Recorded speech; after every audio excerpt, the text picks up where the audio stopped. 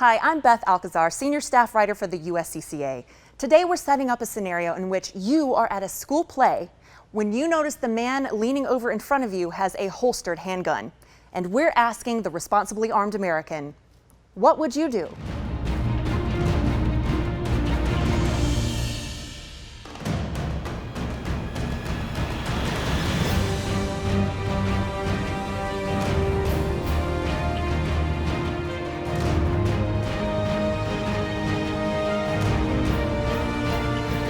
So schools are usually gun-free zones, and I think that's where the mystery comes in this particular scenario. If you're sitting there at the school play, you're there to enjoy your child, having some fun, and you notice a holstered handgun in front of you, that might be a situation to make you pause and think. Well, our Facebook fans also did pause and think, and some of them responded with their answers. Here's one. I would be worried, since most law-abiding people would not bring a weapon into school. Interesting, the use of law-abiding. I think that kind of keys in. Law-abiding folks are the ones who pay attention to gun-free zones. And I think that's where a lot of the debate comes in. But, of course, you would need to know the laws, the rules, and the regulation for that particular school and any local laws in your area as well. Another answer that really makes you think.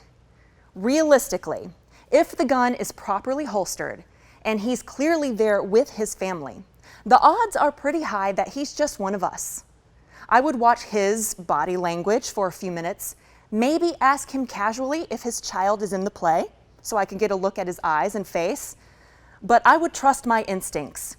If I felt like he was one of the good guys, I'd quietly let him know that he needs to pull his shirt down.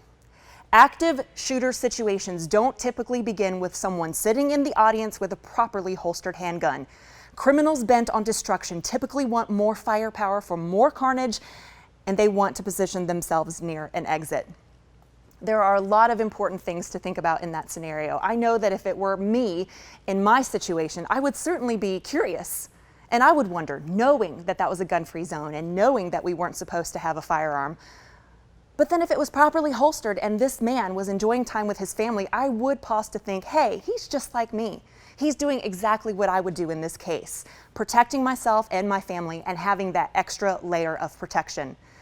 No doubt in this scenario, the most important thing is to have really good awareness, to watch what this person is doing. Maybe he legitimately forgot that his legally owned handgun is on that holster.